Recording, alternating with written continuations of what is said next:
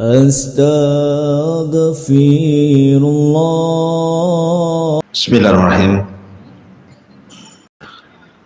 Assalamualaikum warahmatullahi wabarakatuh.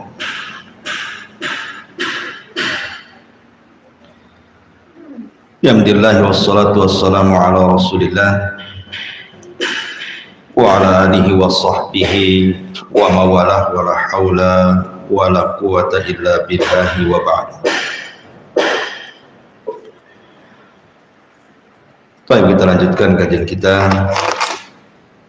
masih membahas tafsir dari surat-surat pendek dalam juz Amma. Dan pagi ini kita akan membahas surah At-Tariq. Surah At-Tariq ini di dalam tertib Al-Quran dia masuk pada surat ke-86 dengan jumlah ayat 17, jumlah kalimat 61, jumlah huruf 254, dan dia adalah surah dari surah-surah Makkiyah, artinya turun sebelum hijrah Nabi sallallahu alaihi wa ala alihi wasallam. Dinamakan surah ini surah At-Tariq karena memang ada lafaz di dalam permulaan surat sebutan kalimat At-Tariq. Makanya kemudian nama suratnya juga disebut At-Tariq. Baik, kita akan masuk pada tafsir singkat dari surah At-Tariq ini. A'udzubillahi minasyaitonir rajim. Bismillahirrahmanirrahim. Was-samaa'i wat-tariq. Was-samaa' wat-tariq. Demi langit dan yang datang di malam hari. Wa ma adraka mat-tariq. Dan tahukah kamu apa yang datang pada malam hari itu? An-najmu as-sakit, yaitu bintang yang bersinar. In kullu nafsin lama atau lamma 'alaiha hafid. Ada dua bacaan, bisa tanpa tasdid. In kullu nafsin lama 'alaiha hafid, atau in kullu nafsin lamma 'alaiha hafid. Bisa dengan tasdid, bisa tanpa tasdid. Setiap orang pasti ada penjaganya. Falyanzuril insanu mimma khuliq. Maka hendaklah manusia memperhatikan dari apa dia diciptakan. Khuliqa mimma'in dafiq. Diciptakan dari air mani yang terpancar. Yakhruju min baini sulbi wat tara'ib, yang keluar di antara tulang punggung dan tulang dada. Innahu ala raj'ihi laqadir. Sungguh Allah benar-benar kuasa untuk mengembalikan hidup setelah kematian. Yauma tublas sarair, pada hari ditampakkan segala rahasia. Fama lahu min quwwati wala nasir. Maka manusia tidak lagi mempunyai satu kekuatan dan tidak pula ada pertolongan. Was-samaa'i dzatir raj'i, demi langit yang mengandung hujan. Wal ardi dzatis sad'i, dan demi bumi yang menumbuhkan tumbuh-tumbuhan.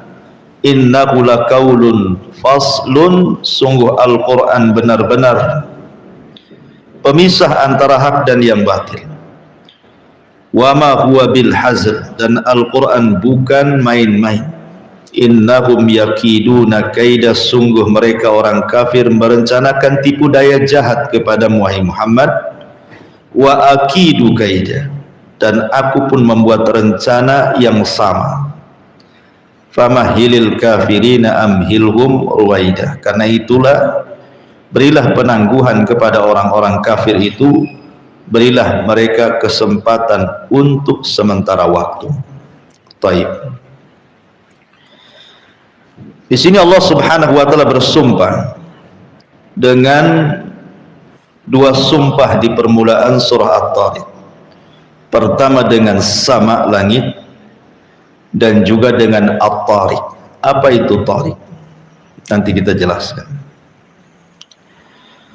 Di sini Allah Subhanahu wa taala mengatakan was-samai, demi langit. Kaidah Al-Qur'an sering saya katakan, tidaklah Allah Subhanahu wa taala bersumpah dengan makhluknya kecuali makhluk itu memiliki keagungan di hadapan Allah, karena tidak semua makhluk jadikan sumpah. Ketika langit dijadikan sumpah dalam surah At-Tariq ini, karena memang langit memiliki keagungan sebagai tanda dari tanda-tanda kuasa Allah Subhanahu wa taala.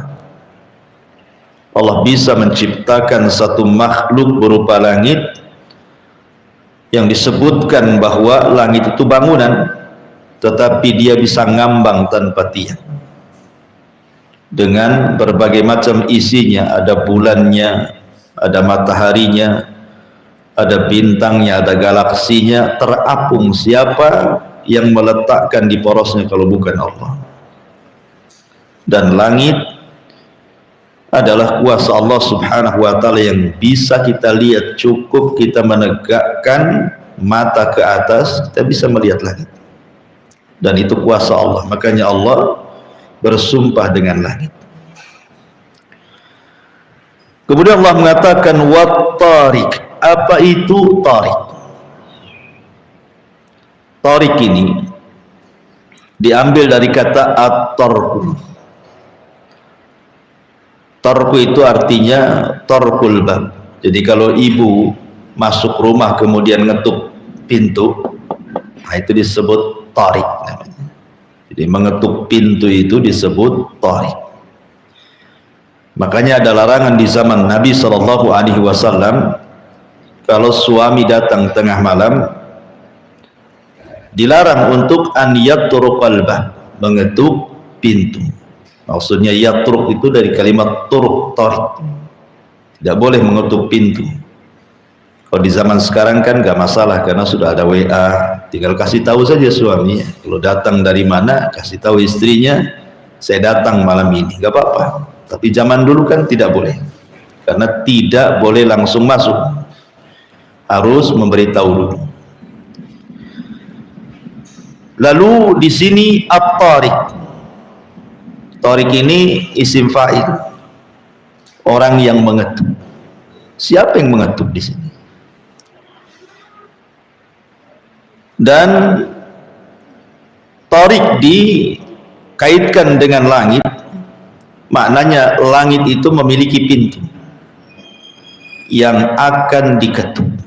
Lalu siapa yang mengetuk pintu langit itu? Ada yang mengatakan penafsiran yang pertama, bahwa yang mengetuk pintu langit itu adalah ruhnya seorang mukmin yang dibawa oleh malaikat. Dalam hadis Bara bin Azib yang sangat panjang, Nabi SAW menceritakan tentang ruhnya seorang mukmin apabila dicabut, kemudian diletakkan di kain kafan dari sorga, wewangian dari sorga oleh malaikat rahmat, kemudian diangkat ke langit, kemudian mengetuk langit pertama dan dibuka pintunya, langit kedua dibuka pintunya, langit ketiga sampai ketujuh, kemudian berjumpa dengan Allah, dan Allah katakan letakkan catatan amalnya di tempat yang paling tinggi dan kembalikan ruh ke dalam jasadnya. Ini penafsiran yang pertama. Penafsiran yang kedua, at-tariq adalah Nabi sallallahu alaihi wasallam sendiri saat peristiwa Isra dan Mi'raj, di mana Nabi sallallahu alaihi wasallam naik ke langit, kemudian ditemani oleh Jibril dan mengetuk pintu langit. Kemudian penjaga pintu langit mengatakan, "Man, siapa kalian?" Maka Jibril mengatakan, "Saya Jibril." "Waman ma'aka, dan siapa yang bersamamu?" Kata Jibril, "Muhammad." "Awa qad uhiya ilaih, apakah sudah diperintahkan dia boleh naik?" Kata Jibril, "Ya." Maka dibukalah pintu langit pertama, berjumpa dengan Adam. Kemudian dibuka langit kedua, berjumpa dengan Isa dan Yahya. Dibuka pada langit ketiga, berjumpa dengan Nabi Yusuf. Kemudian pada langit keempat berjumpa dengan Nabi Idris. Kemudian langit kelima berjumpa dengan Harun. Langit keenam berjumpa dengan Musa, dan langit ketujuh berjumpa dengan Ibrahim. Kemudian melesat sampai di Sidratil Muntaha. Artinya tariq di sini adalah Rasul sallallahu alaihi wasallam. Ada juga yang mengatakan tariq di sini artinya malaikat yang mengangkat amal-amal kebaikan, dan pintu langit itu terbuka setiap harinya 2 waktu, setiap pekannya 2 hari, dan setiap tahunnya 1 bulan. Pintu langit itu. Adapun setiap harinya 2 waktu, di waktu subuh dan asar. Disitulah amalan baik kita diangkat oleh para malaikat dan membuka pintu langit, mengetuk pintu langit. Kemudian setiap pekannya 2 hari, hari Senin dan hari Kamis. Maka disyariatkan puasa Senin Kamis karena amalan itu naik membuka pintu langit. Kemudian setiap tahunnya 1 bulan, di bulan Sya'ban 1 bulan pintu langit dibuka. Lah, itu makna tariq juga. Tetapi di sini ada juga makna tariq adalah sebagaimana tafsir ayat dengan ayat, seperti dalam ayat setelahnya. Wa ma adraka mat tariq. Jadi tariq itu secara bahasa adalah yang datang di malam hari. Jadi kalau seandainya Bu, di siang hari semua pakai sandal, kemudian berjalan, otomatis suara ibu tidak akan terdengar karena banyaknya orang yang melangkah dan yang memukulkan kaki ke bumi. Tapi kalau di malam hari, maka kita bisa mendengar langkah 1-2 orang kan, karena memang tidak banyak yang melangkah di malam hari. Lah, itu dalam bahasa disebut tariq, artinya yang datang di malam hari, ya kan? Secara bahasa artinya. Tetapi di sini Allah Subhanahu wa taala kemudian mentafsirkan ayat dengan ayat selanjutnya. Wa ma adraka mat tariq. Lalu tahukah kamu yang datang di malam hari itu? Ingat bahwa Nabi sallallahu alaihi wasallam merintahkan kita untuk berlindung dari sesuatu yang datang di malam hari. Maksudnya yang datang membawa keburukan. Makanya Allah mengatakan min syarri ghasiqin idza waqab. Kita berlindung dari gelapnya malam.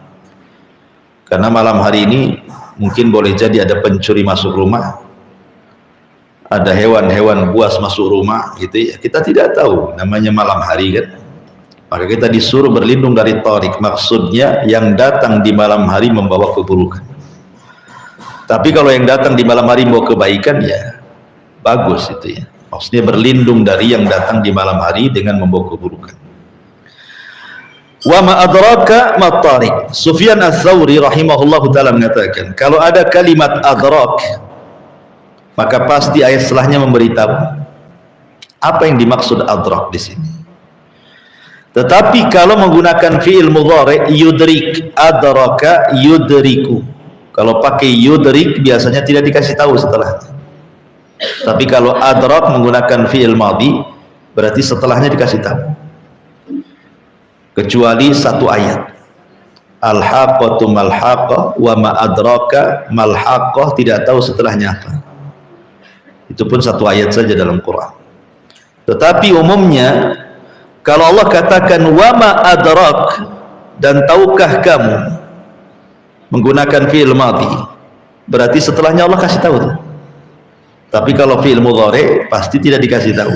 Kalau dikatakan yudrik berarti tidak dikasih tahu, hanya Allah yang tahu. Wa ma adrak, dan tahukah kamu apa yang datang di malam hari itu? Allah kasih tahu an-najmu as-saqib, yaitu bintang yang bersinar tajam. Bicara tentang bintang, bintang itu memiliki 3 fungsi sebagaimana disebutkan di dalam Al-Quran. Fungsi yang pertama, bintang itu sebagai penghias langit. Langit tanpa bintang itu tidak cantik, tapi langit bertaburan bintang sangat indah. Kita lihat kalau tidak hujan itu ya cuacanya sangat bagus dan tidak sedang purnama, bintang bertebaran di langit, indah sekali kita melihat langit itu, karena memang adanya bintang memperindah langit. Yang kedua, sebagai kompas, penunjuk jalan, karena di zaman dulu, orang-orang dulu belum ada Google Map, ya kan, di zaman baheula itu bahasanya.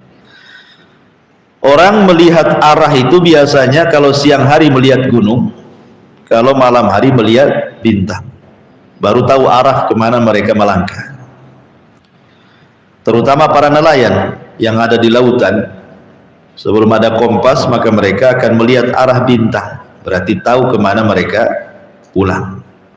Kalau di malam hari dan mereka sedang di daratan pasti melihat gunung. Itu orang dulu begitu kompasnya. Kecuali di padang pasir dan bawa unta, untanya yang jadi kompasnya, karena unta itu dia tahu jalan pulang walaupun 1 kali lewat. Sebagaimana dikisahkan oleh Imam Ar-Razi, dia tersesat dengan jamaahnya, tidak tahu harus menuju jalan pulang. Akhirnya dia teringat dengan ayat afala yanzuruna ilal ibili kaifa khuliqat. Tidakkah kau lihat bagaimana unta diciptakan? Akhirnya unta disuruh jalan di depan, maka mereka mengikuti dari belakang, dan unta itu bisa mengarahkan mereka sampai ke kampung halaman. Dia tahu cara pulangnya itu. Padahal padang pasir itu tidak bisa dibedakan, namanya pasir, gundukannya, warnanya, nggak ada tanda. Lain kalau di jalan sini, oh ada Indomaret, oh di sini ada rumah sakit, oh, kita kasih tanda kan, oh di sini ada rumah warna hitam, nah, senang kan itu. Di padang pasir apa yang mau dikasih tanda?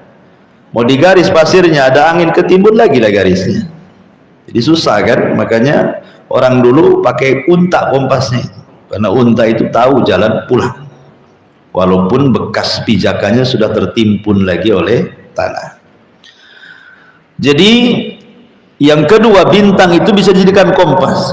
Dan yang ketiga, Allah fungsikan bintang itu sebagai rujuman lisyayatin, melempar setan-setan yang naik ke langit untuk mencuri dengar. Di sini Allah Subhanahu wa taala mengatakan wa ma adraka mat-tariq an-najmu tsaqib. Jadi penafsiran yang keempat, dan ini tafsir ayat dengan ayat, yang dimaksud tariq adalah an-najmu tsaqib. Semua bintang itu disebut at-tariq. Tapi ada juga yang mentafsirkan lain bahwa tariq di sini artinya nama bintang. Ada bintang namanya tariq. Dan kalau kita lihat di Google atau di YouTube gitu ya, itu nanti ada keluar tuh bintang tariq gitu ya. Tapi yang rajih wallahu alam, yang dimaksud tariq di sini adalah semua bintang yang bercahaya, itu disebut tariq. Ini Allah Subhanahu wa taala bersumpah dengan langit dan tariq. Baru jawab sumpahnya untuk apa? In kullu nafsin lama ataupun lamma 'alaiha hafid, dua bacaan. Karena setiap jiwa, itu setiap orang dan manusia, lama atau lamma 'alaiha hafid, Allah berikan penjagaan. Kalimat hafid, penjagaan ini ada dua penafsiran para ulama. Penafsiran yang pertama bahwa Allah Subhanahu wa taala mengutus kepada manusia itu malaikat-malaikat yang menjaga dia. Lahu mu'aqibatun min baini aidihi wa min khalfihi yahfazunahu min amrillah. Jadi ada manusia itu yang dikirim oleh Allah pada setiap manusia malaikat-malaikat yang menjaganya. Makanya sering saya contohkan, kalau ibu tidur di lantai dari malam sampai pagi bangun, nggak ada semut yang masuk ke lubang hidung.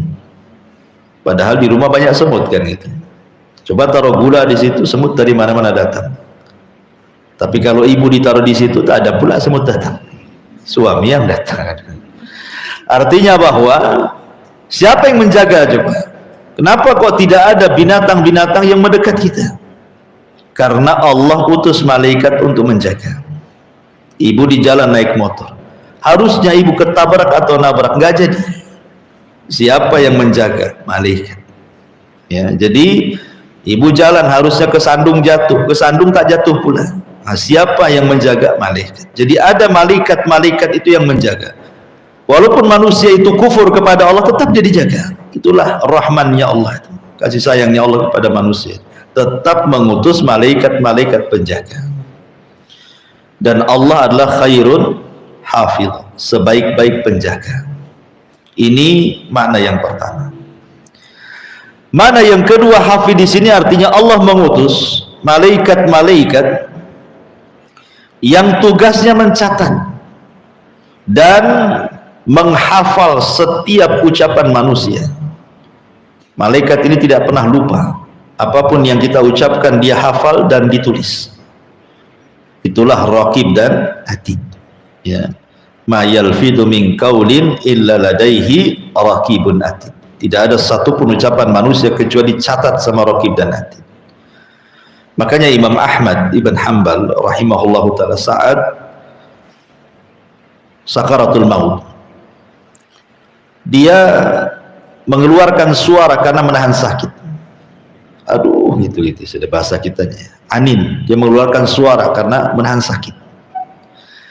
Maka salah satu tulabnya, salah satu muridnya mengingatkan kepada Imam Ahmad, ya Imam, bukankah erungan saat sakit itu adalah kalimat? Dan bukankah setiap kalimat akan dicatat oleh malaikat raqib dan atid? Kemudian muridnya membacakan ma yalfidu min qaulin illa ladaihi raqibun atid. Tidak ada satu pun ucapan kecuali dicatat raqib dan atid. Tiba-tiba Imam Ahmad terdiam. Dia menahan rasa sakit tetapi tidak mengeluh sampai dia meninggal. Karena dia takut itu dicatat oleh raqib dan atid, dan itu bagian daripada keluhan saat sakaratul maut. Bayangkan ya, seorang Imam Ahmad saat meninggal saja, demi supaya tidak dicatat kalimat aduhnya itu saat menahan sakit, dia berusaha untuk diam saja, karena dikhawatirkan itu bagian dari kalimat dicatat malaikat raqib dan atid dan dipertanggungjawabkan nantinya kan itu. Nah, kalau kita enggak sudah meraung-raung gitu ya, bukan aduh lagi, teriak-teriak sampai tetangga panik, ada apa orang itu, padahal kegunting kuku saja. Jadi ini kalimat yang kedua, hafid di sini artinya malaikat-malaikat yang hafal dengan ucapan, setiap ucapan yang kita keluarkan kemudian dicatat dan kelak akan dihisab di hadapan Allah Subhanahu wa taala. Ini makna yang kedua daripada kalimat hafid. Dari sini menunjukkan Allah Subhanahu wa taala ingin mengingatkan kepada kita untuk jangan sembarangan melakukan sesuatu dan jangan sembarangan mengatakan sesuatu. Karena semua ucapan manusia itu ada tiga. Satu yang mengandung dosa tetap dicatat, satu yang mengandung pahala tetap dicatat, satu yang tidak mengandung dosa ataupun pahala tetap juga dicatat. Tiga-tiganya dicatat. Yang mengandung dosa ya dicatat, yang mengandung pahala dicatat, yang tidak mengandung dua-duanya pun tetap dicatat. Makanya hati-hati dalam bicara, jangan asal ngomong. Apalagi di zaman sekarang, orang itu kadang-kadang mulutnya diam, tapi yang bicara itu tangan, nulis status, copy paste, nyebar hoax, ya kan, fitnah orang. Tulisan tangan, ucapan tangan itu lebih jahat dibandingkan ucapan lisan. Kalau kita berjumpa dengan orang yang tadinya mau ngomong sesuatu, itu kadang nggak jadi. Segen, awalnya sudah dirangkai di rumah, awas nih kalau saya ketemu saya akan ngomong begini. Pas ketemu, kadang-kadang nggak terucap tuh kalimat itu. Tapi kalau ibu menghantam orang lewat tulisan, lewat status, lewat WA grup, macam-macam ditulis di situ, betul-betul dikeluarkan isi jantung dia, ya kan? Makanya hati-hati. Makanya Allah juga mengatakan dalam surah Yasin itu, yauma nakhtimu ala afwahihim wa tukallimuna aydihim. Pada hari kami kunci mulut, yang bicara tangan, ya kan? Artinya tangan itu bisa bicara. Kalau di dunia ya bicaranya dengan cara nulis, itu ngetik sana sini atau copy paste atau nge-share sesuatu kan. Hati-hati, baik lisan ataupun tangan, karena in kullu nafsin lamma 'alaiha hafid, karena setiap manusia itu ada penjaganya. Kemudian Allah mengatakan falyanzuril insanu mimma khuliq, falyanzuril insanu mimma khuliq, maka hendaklah manusia memperhatikan dari apa dia diciptakan.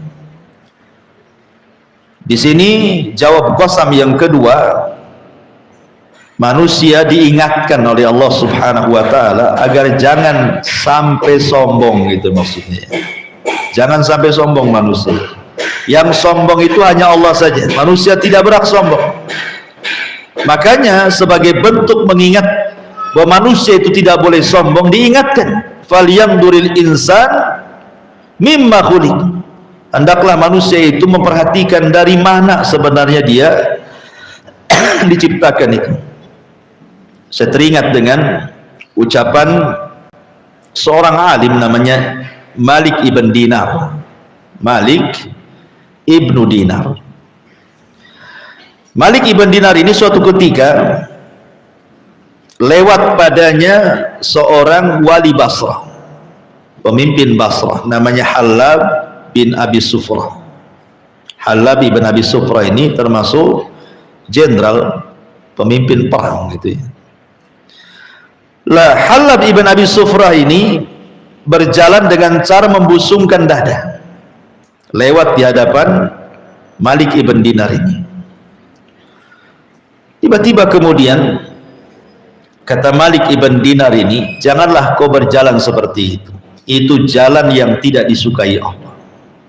Kamu jangan berjalan seperti itu, membusungkan dada. Itu jalan seperti itu tidak suka Allah, katanya.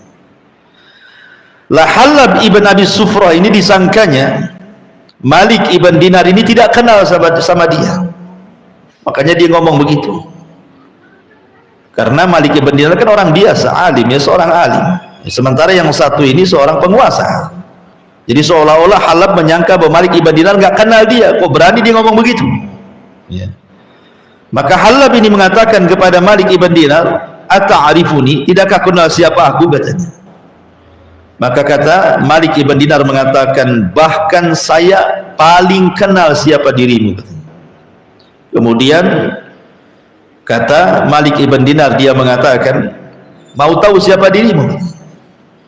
Maka dia mengatakan, dirimu adalah terlahir dari dua lubang najis, kemudian dari sperma yang sangat kotor, kemudian setelah engkau dilahirkan kau pun membawa kotoran di perutmu, kemudian setelah engkau mati, kalau engkau tidak dikafani, tidak dimandikan, tidak disolatkan, begitu saja jasadmu, maka jasadmu akan membusuk. Itulah kamu, katanya. Jadi dia ingatkan, kamu ini siapa gitu. Kamu ini hanya orang yang keluar dari dua lubang, dua-duanya tempat najis ya. Baik dari ayah atau ibu kan itu, dua-duanya tempat najis. Sperma keluar dari suaminya, kemudian setelah dia lahir dari lubang farji kemaluan ibunya, dua-duanya tempat najis. Diingatkan, kamu ini siapa, dan kau tercipta dari air yang hina, air sperma. Kemudian setelah kau jadi manusia, di perutmu itu bawa najis, bawa kotoran. Dan setelah kau mati jadi bangkai, kalau nggak ada yang ngurus, jadi bangkai kau di situ. Baru kemudian dia mengatakan, oh betul juga katanya. Kata Halab ibn Abi Sufran, langsung terdiam. Maka manusia itu jangan pernah menyombongkan diri di hadapan siapapun, karena kesombongan itu adalah ridanya Allah, selendangnya Allah subhanahu wa ta'ala. Kemudian Allah subhanahu wa ta'ala mengatakan, fal yang duril insan mimma khuliqa mimma indafiq. Dia diciptakan dari air mani yang terpancar, yakhruju min bainis sulbi wat taraib, yang keluar di antara punggung laki-laki dan tulang dada perempuan. Ma'asyiral muslimat yang dimuliakan Allah subhanahu wa ta'ala, kita tahu bahwa ketika seorang laki-laki melakukan hubungan dengan pasangannya, seorang suami melakukan hubungan dengan istrinya, kita tahu bahwa seorang suami ketika menabur benih kepada seorang wanita itu kan jumlahnya bisa ratusan juta benih kan, ada yang mengatakan 200 juta benih atau berapalah. Tetapi kan dari benih-benih itu tidak semua jadi kan. Dari 200 juta benih itu yang satu, cuman yang satu yang jadi kan. Artinya apa? Artinya Allah subhanahu wa ta'ala memilih kita dari 200 juta itu. Ada enggak Batam ini penduduknya 200 juta? Enggak ada.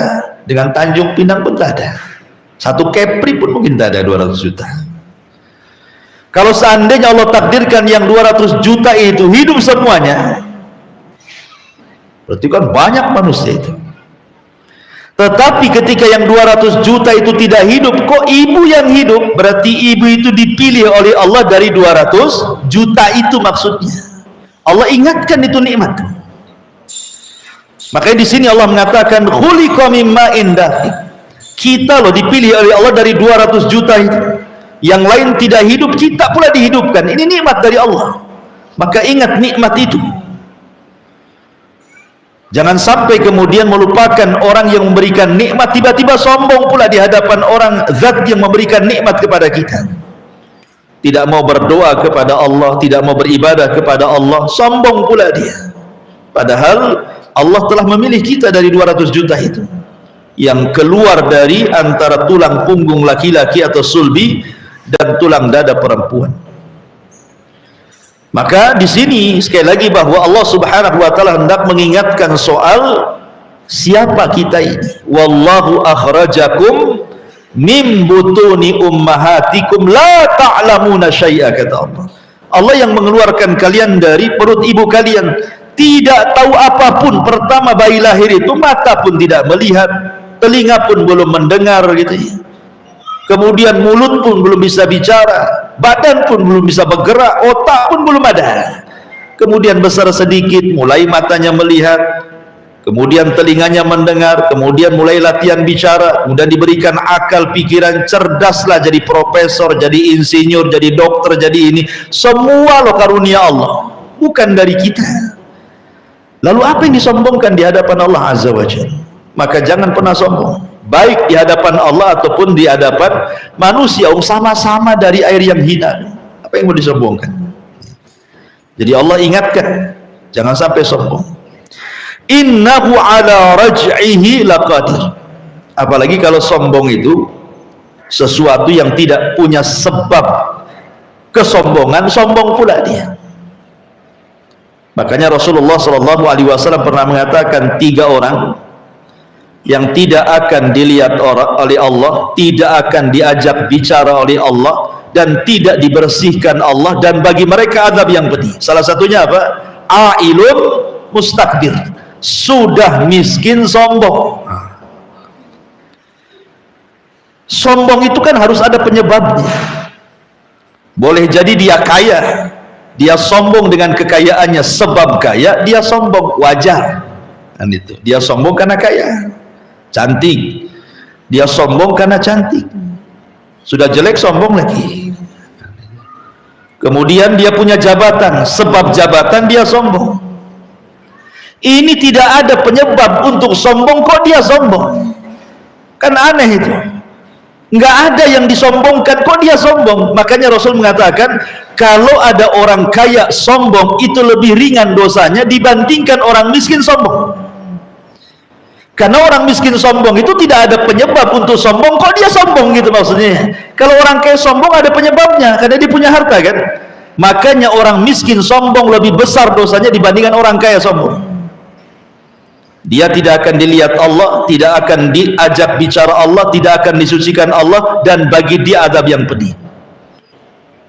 Ngeri ya. Makanya ya dua-duanya tidak boleh, baik orang kaya sombong, orang miskin sombong. Tapi kalau sudah miskin sombong, sudah jelek sombong, apa yang mau disombongkan? Dia nggak punya sebab kesombongan. Jabatan tak punya, kemudian harta tak punya, tampang pun pas-pasan, apa yang mau disombongkan kan itu? Kok aneh orang kayak gini. Jadi ingat bahwa jadilah manusia itu yang tawadhu. Innahu ala raj'ihi laqadir. Sungguh Allah benar-benar kuasa untuk mengembalikan hidup setelah kematian. Dan ini penafsiran yang benar. Karena ada juga mentafsirkan bahwa Allah sanggup mengembalikan manusia yang sudah dewasa jadi kecil, jadi bayi, jadi sperma, dimasukkan lagi ke lubang kemaluan. Ada juga mentafsirkan seperti itu. Maksudnya di sini innahu ala raj'ihi laqadir, maksudnya Allah mampu kelak mengembalikan, menghidupkan setelah kematian. Kan ini konteksnya orang-orang musyrik Arab itu tidak yakin adanya kebangkitan. Orang-orang musyrik Arab itu tidak yakin bahwa ada kehidupan setelah kematian. Bagi mereka, mereka hidup dan mati itu hanya ditentukan waktu saja. Ya, kalau mati sudah waktunya. Mereka tidak akan berpikir bahwa mereka akan dibangkitkan, karena mereka berpikir logika akhirnya ketika tidak masuk akalnya ditolak. Tidak mungkin orang jadi tulang belulang, kemudian dimakan cacing tanah, kemudian sudah jadi tanah pun kok bisa Allah merangkai. Ini mustahil. Itulah pemikirannya orang-orang musyrik Arab. Makanya Allah subhanahu wa ta'ala membantah, innahu ala raj'ihi laqadir. Allah maha mampu untuk membangkitkan setelah kematian, walaupun sudah seperti tanah, sudah jadi tanah. Allah mampu karena ada satu tulang ekor yang tidak bisa dilihat kecuali dengan alat, itu tidak pernah dihancurkan Allah walaupun kiamat dibangkitkan. Dari tulang ekor itulah yang tidak bisa dilihat kecuali dengan alat, kita dibangkitkan kembali oleh Allah subhanahu wa ta'ala. Kemudian Allah mengatakan yauma tublas sarair, dan setelah dibangkitkan yauma tublas sarair, pada hari kelak, pada hari kiamat, semua rahasia akan tampak. Di dunia Bu, kalau ibu tidak suka dengan orang pasti disembunyikan, orang tidak tahu. Sok senyum depan kita, rupanya dia pula yang menikam kita. Karena kita tidak tahu kan, itu rahasia. Di dunia ini yang hasad tetangga sebelah mana kita tidak tahu, yang kiri kah, yang kanan kah. Rupanya yang hasad yang depan muka pula, yang disangka baik itu kita tidak tahu. Tapi nanti pada hari kiamat semua akan terbuka. Hatinya orang-orang kafir dari kekafirannya akan terbuka, kemunafikannya orang munafik akan ketahuan, imannya orang yang beriman akan ketahuan, ikhlasnya orang yang ikhlas akan ketahuan, riyanya orang yang riya akan ketahuan. Semua akan dibongkar. Yauma tubla sarair la yakhfa alaikum khafiyah. Bagi Allah tidak ada yang tersembunyi. Bagi Allah itu tidak ada yang sembunyi, baik di dunia ataupun di akhirat. Dan di akhirat semua akan ditampakkan di halayak manusia, dipermalukan kita di hadapan manusia. Orang yang diam-diam gibah nanti dikasih tahu tuh, dulu kamu digibah oleh sebelah tuh, Kamu tidak tahu saja itu sedang bergibah karena sandalnya dimasukkan semua ke rumah. Sedang rame-rame gibah kita. Yauma tublas sarair fama lahu min quwwati wala nasir.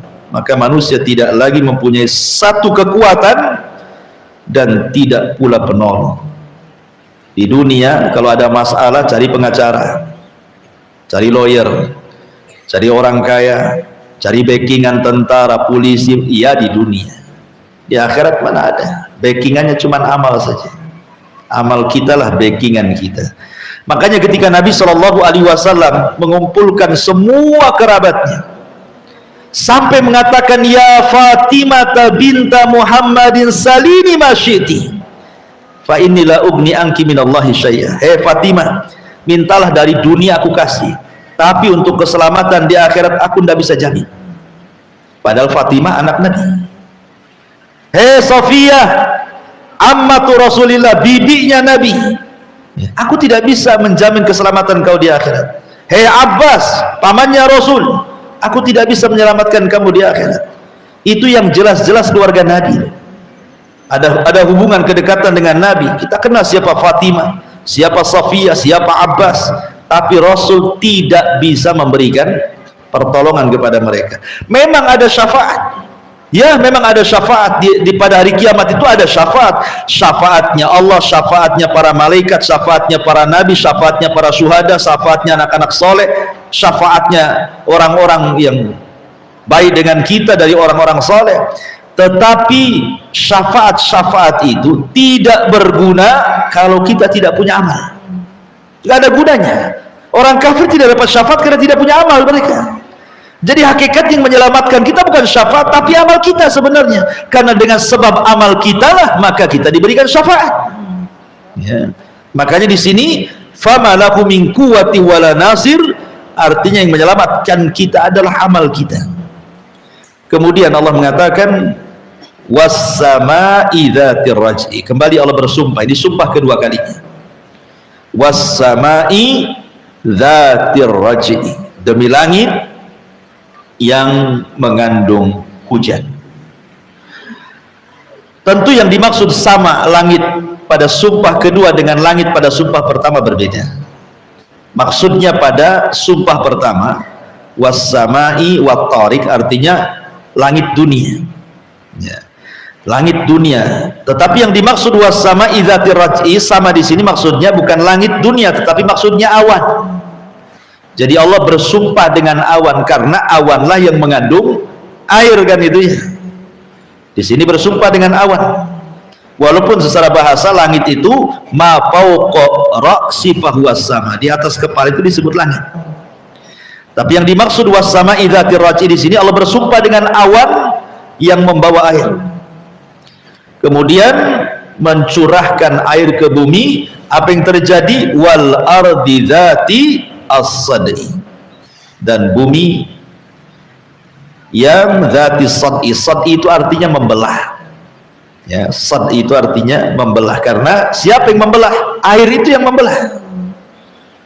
Karena air itu sesuatu yang sangat kuat. Ya, kalau sudah dia berkumpul, air itu bisa apa saja menghancurkan apa saja air itu. Kadang-kadang orang melubangi itu mengebor apa saja kan diairi dulu baru kemudian bisa dibor gitu ya. Jadi yang membelah bumi itu adalah air. Lah dari air yang masuk ke bumi kemudian membelah itulah tumbuhan. Karena Allah mengatakan wa ja'alnal ma kulla syai'in hayyin, dan kami jadikan air itu dengan air segala sesuatu jadi hidup, ya.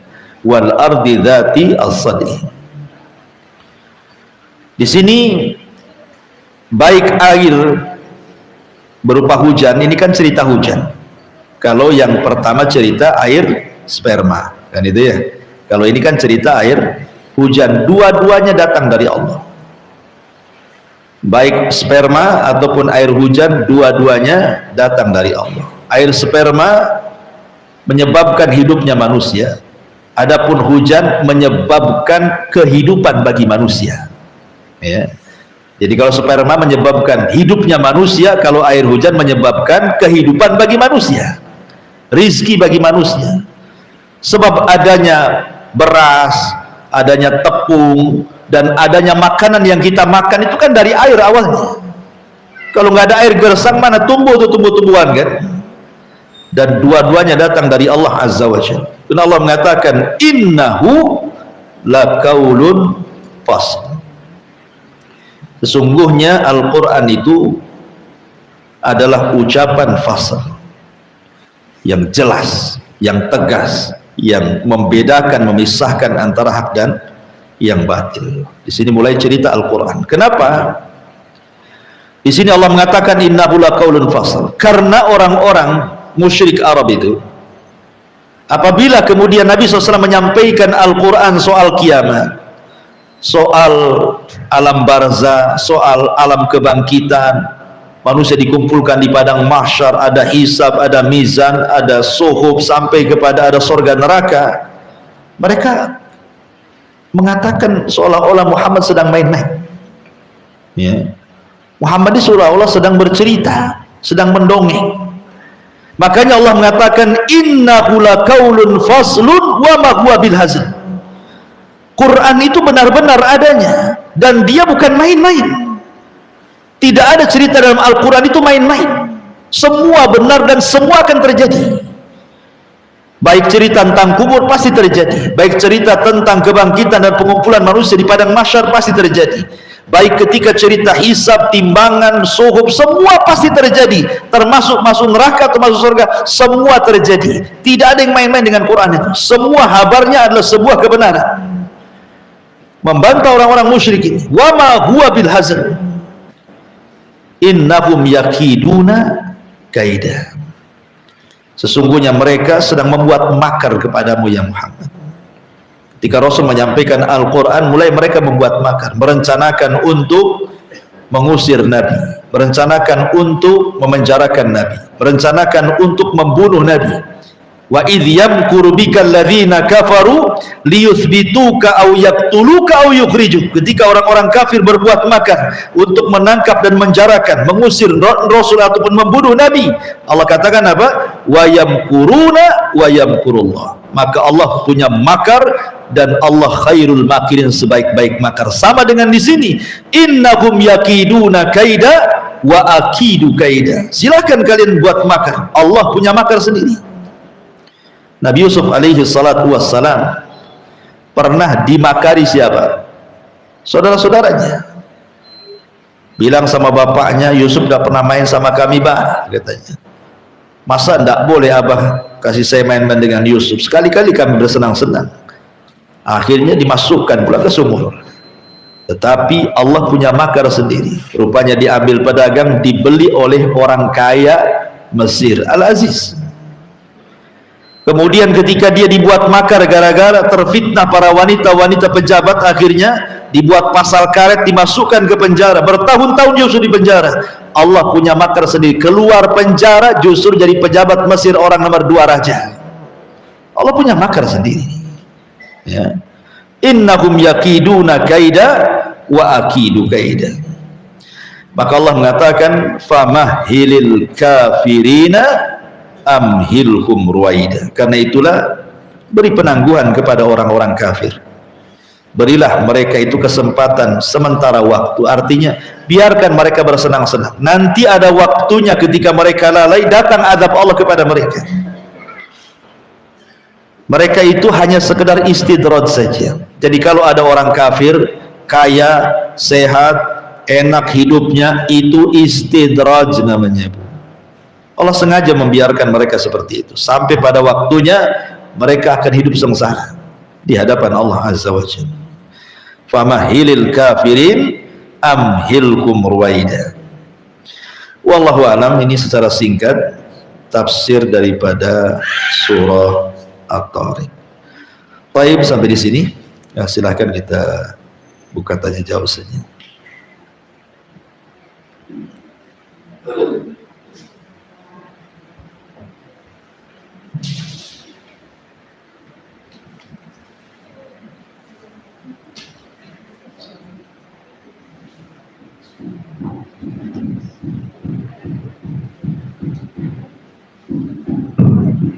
Bismillah, Assalamualaikum Ustaz. Waalaikumsalam warahmatullahi wabarakatuh.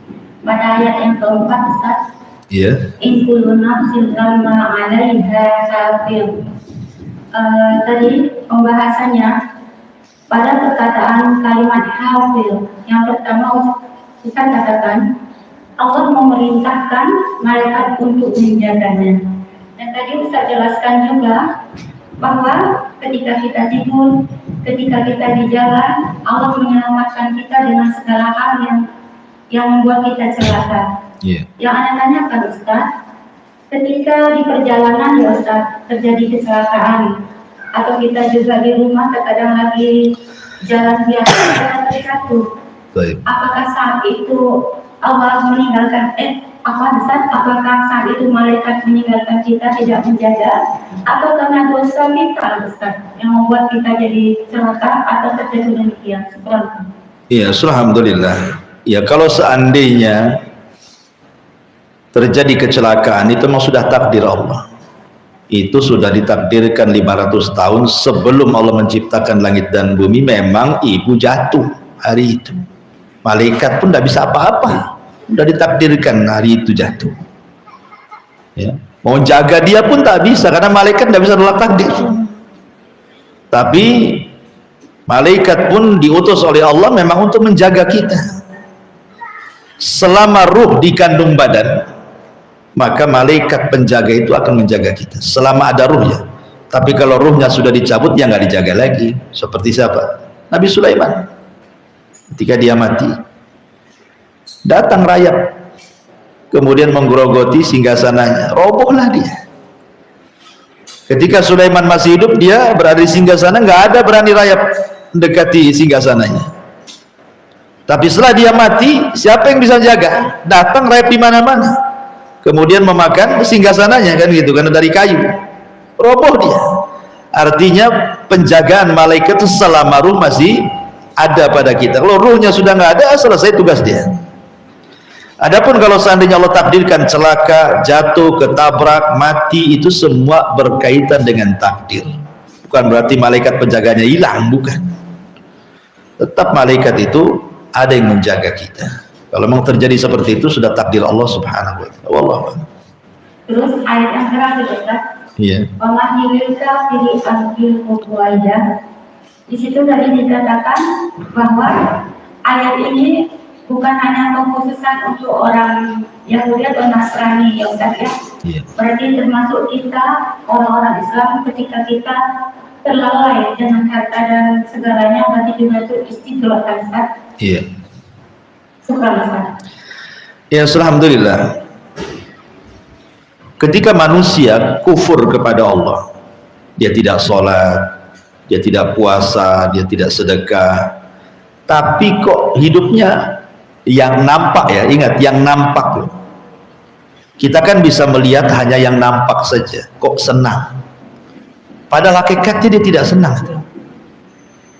Kita aja yang nampak dia senang, hakikatnya itu tidak senang.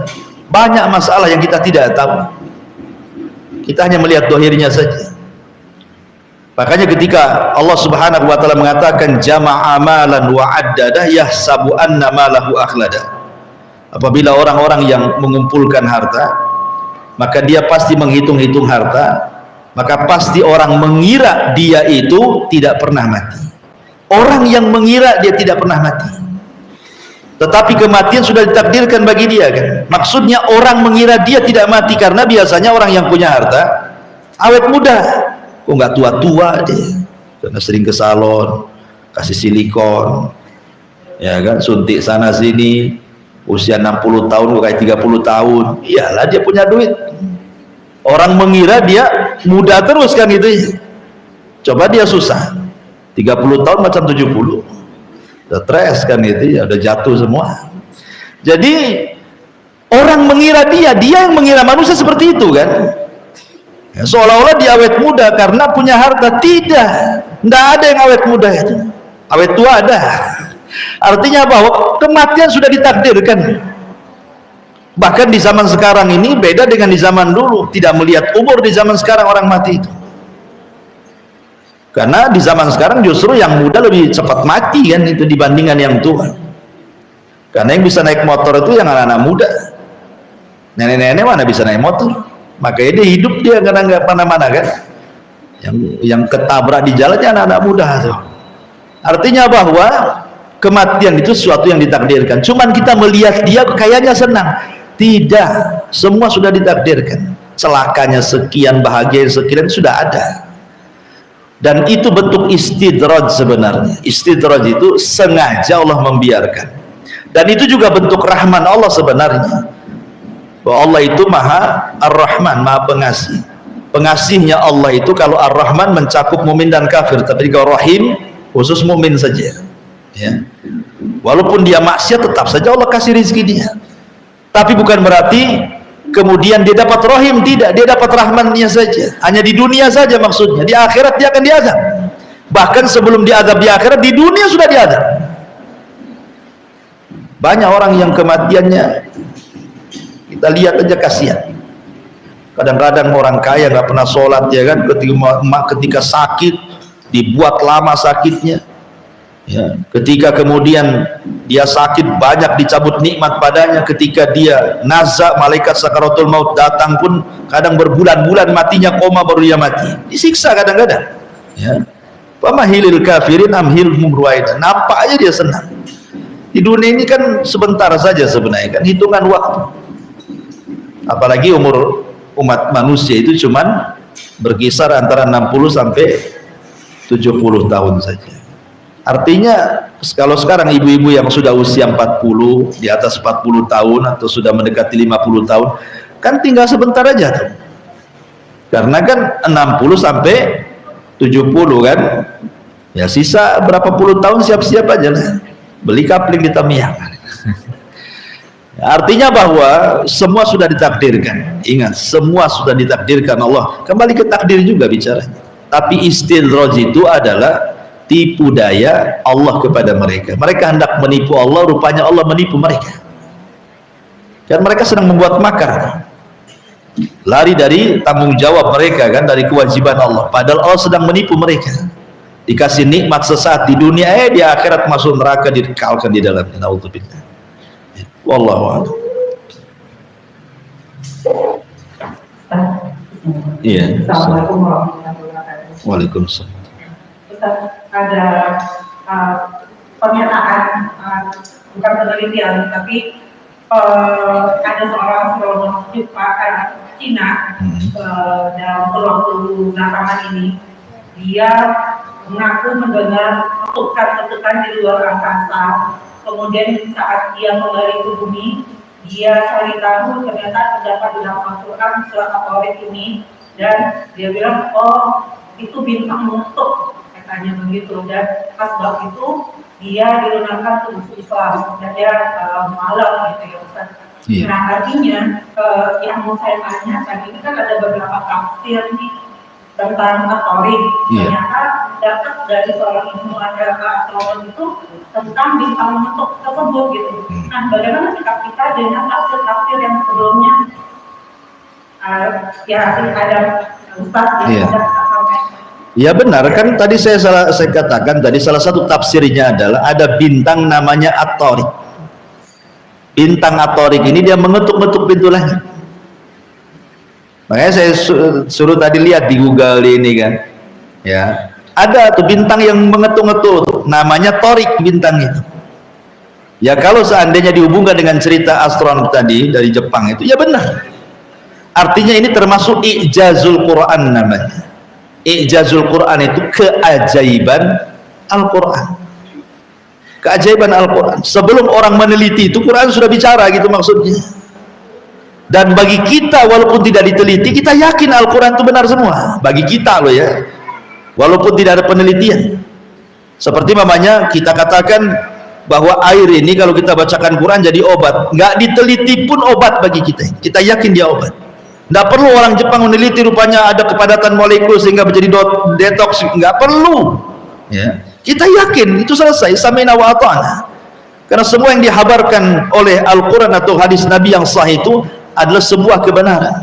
Kalau memang kemudian teruji kebenaran itu, berarti semakin menguatkan Al-Quran, dan itu bagian i'jaz namanya. Kehebatan dan keajaiban rahasia di balik Al-Quran. Ya, jadi makna torik itu ya memang ada bintang-bintang yang mengetuk, namanya torik gitu. Bintang-bintang yang tawarik, yang suka mengetuk-ketuk pintu langit. Ya itulah mungkin yang didengar oleh astronom tadi kan, dari Jepang tadi. Allahu a'lam. Wah ya.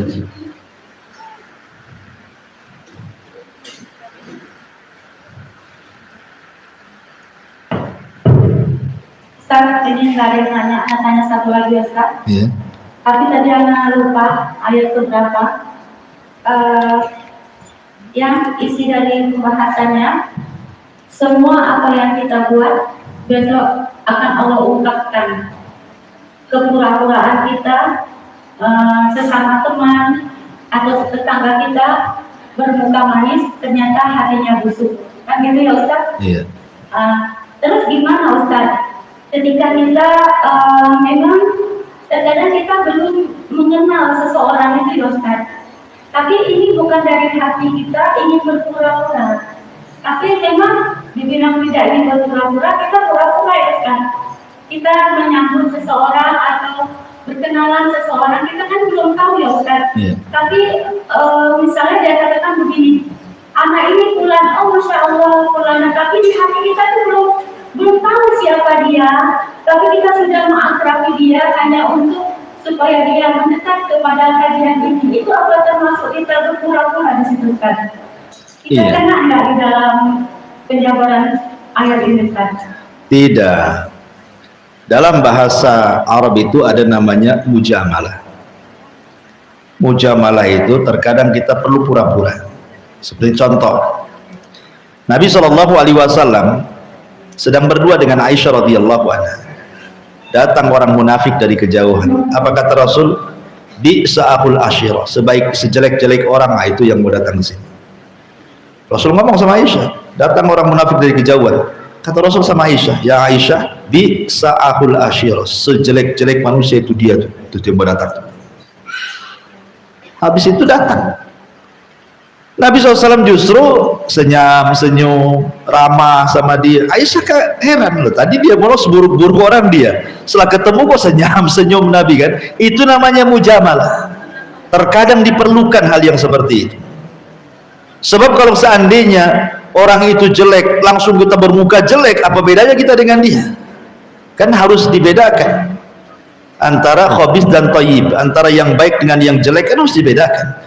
Kenapa kita ini diajarkan akhlak? Supaya kita dibedakan antara mukmin dan kafir. Kita ini diajarkan akhlak. Ya. Dan bahkan akhlak itu jadi dominan dalam Islam itu.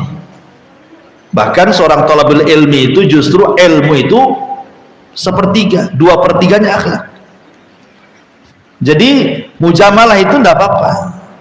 Mujamalah, tapi dalam rangka kebaikan ya, bukan mujamalah itu dalam rangka keburukan. Ya, umpamanya berkawan baik, ya pokoknya senang sumringah, rupanya ujung-ujungnya memang niatnya mau pinjam duit. Itu lain ceritanya. Itu mujamalah yang nggak bagus lah kan itu ya. Jadi maksudnya di sini mujamalah itu maksudnya bersikap ya so akrab so apa untuk kebaikan, nggak apa-apa, untuk kebaikan, dan ini tidak termasuk di sini. Walaupun tublas sarair ya maksudnya akan ditampakkan nanti pada hari kiamat, yaitu sebuah kebaikan, itu maksudnya, bukan sebuah keburukan. Tidak ada masalah. Wallah, baik. Iya. Nah, sambungan dari pertanyaan Umi barusan Ustaz. Iya. Terkadang masyarakat kita ini Ustaz, kalau bisa diajarkan seperti itu, ada yang berkata itu penjilat atau munafik itu Ustaz. Itu bagaimana kita menyikapinya Ustaz? Penjilat gimana maksudnya? Ketika kita bertemu dengan orang itu bermuka dua seperti dengan pemimpin gitu ya Ustaz ya. Kadang-kadang kalau seperti ulama, seperti yang berilmu, kan nggak langsung menegur gitu ya Ustaz ya. Atau dia mendiamkan dulu apa yang diperbuat oleh pemimpin di desa ya. Iya. Nunggu ada saatnya dia berbicara, kita bisa waktu yang tepat. Tetapi yang menengok di luar, mereka kan mengira seperti itu Ustaz. Ya kan penilaian manusia itu tidak perlu kita gubris lah, kan kita kembali ke niat kita saja. Innamal a'malu binniyat. Semua itu kan tergantung kepada pribadi kita. Niat kita ini maksudnya mujamalah kepada orang itu apa? Kalau niat kita kebaikan tidak perlu menggubris, jangan mencari keredoan manusia dengan kemurkaan Allah. Gak apa-apa kita cari redho Allah, murka manusia, tapi jangan mencari redho manusia dengan murkanya Allah. Jangan dibalik gitu maksudnya.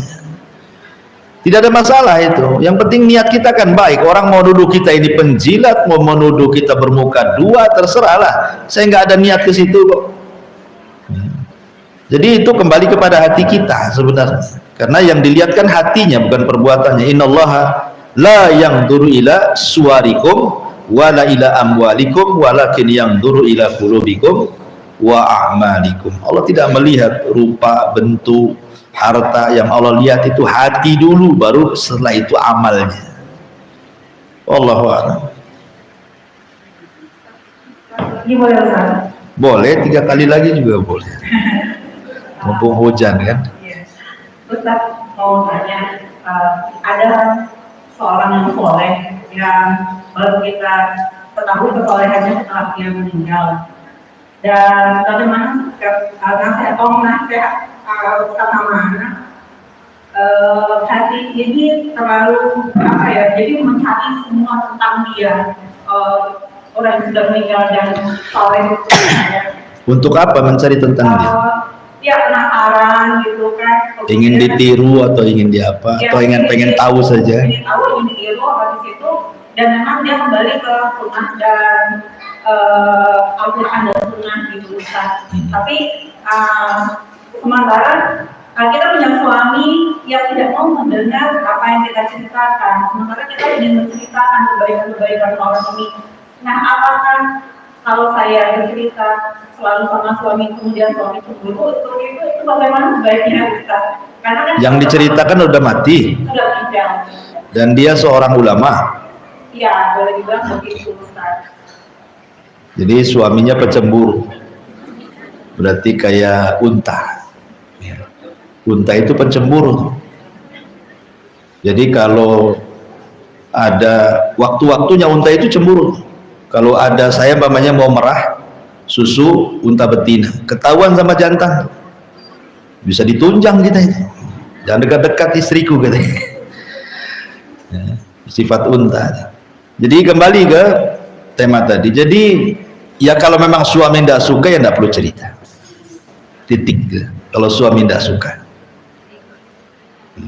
Bagaimanapun tidak akan ada hadisnya mengatakan tidak boleh memasukkan ke rumahmu yang suami tidak suka. Kalimat memasukkan bukan mesti badannya dimasukkan ke rumah, bisa juga lewat cerita kalau suami tidak suka, karena tidak semua cerita kebaikan itu disukai. Jangankan ibu, sekelas Aisyah radhiyallahu anha, kalau Rasul menceritakan kebaikan Khadijah nggak suka dia, cemburu dia. Sampai mengatakan, ya Rasulullah, ya kan, kenapa kau cerita wanita tua dan sudah meninggal? Di hadapanmu loh ada wanita cantik masih muda katanya. Ya Aisyah kan. Ya, itu Aisyah itu. Ya, makanya di sini juga harus dihindari kalau memang seorang janda atau seorang duda menikah dengan pasangan baru, jangan ceritakan yang lama. Jadi konflik tuh nanti. Ya. Apa, jangan dibanding-bandingkan tuh lagunya apa. Jadi intinya bahwa boleh kita kalau dia suka boleh, nggak apa-apa. Contoh nih, Umar ibn Khattab radhiyallahu an itu dikenal sebagai ahli sholat. Dikenal Umar bin Khattab itu sholatnya, karena masing-masing sahabat itu memiliki keunggulan ibadah masing-masing. Ada yang diunggulkan di jihad seperti Khalid bin Walid, ya kan? Ada yang diunggulkan dengan sedekah seperti Utsman, Abdurrahman, kan itu. Ada yang diunggulkan dengan hatinya seperti Abu Bakar, kejernihan hati. Lah Umar ini diunggulkan dengan sholat. Saking rajinnya dia sholat itu, ibadahnya luar biasa dalam sholat, sampai matanya itu ada bekas jalan air hitam ya. Jadi kalau Umar menangis sampai lewat situ saja, sampai menghitam, ada bekas jalan air mata di matanya Umar itu. Jadi ketika dia meninggal, ada anak muda itu hanya mendengar saja Umar itu ahli ibadah, tapi ibadahnya seperti apa dia tidak tahu, tapi ingin mencari-cari cemana Umar itu beribadah. Saya ingin meniru Umar. Harus mengorek ke siapa? Ya tidak lain dan bukan harus mengorek ke istrinya, ya kan? Yang tahu tentang Umar di rumahnya ya istrinya, tetangganya mana tahu. Sementara kalau dia bertanya dengan istrinya kan tidak bebas, asyik bertanya terus kan tidak bebas. Akhirnya anak muda ini menikahi mantan janda Umar yang paling tua, yang sudah nenek-nenek gitu ya. Jadi jandanya dinikahi padahal dia masih muda. Anak muda nikah sama nenek-nenek, hanya ingin mengorek keterangan Umar, itu saja. Jadi laki-laki muda ini, anak muda ini sengaja menikahi salah satu istri Umar yang udah janda itu, yang paling tua, karena yang paling tua yang paling lama menikah, karena otomatis lebih paham kan kondisi Umar. Hanya ingin mengorek saja. Luar biasa. Artinya boleh kita mengorek seseorang kalau untuk ditiru kebaikannya, untuk dicontoh kebaikannya. Tapi kalau kasusnya tadi, kalau suami tidak suka diceritakannya, tidak usah. Ya. Nanti justru setan masuk di situ, nanti ngasih was-was, yang enggak. Jangan-jangan ada hubungan kamu dengan orang mati ya katanya. Jadi makanya kan sebaiknya kalau suami tidak suka ya tidak usah. Nah, titik lah. Wallahu a'lam. Wah iya. Baik, cukup. Subhanaka wa bihamdika asyhadu an la ilaha illa anta astaghfiruka wa atubu ilaik. Wallahu ta'ala. Assalamualaikum warahmatullahi wabarakatuh.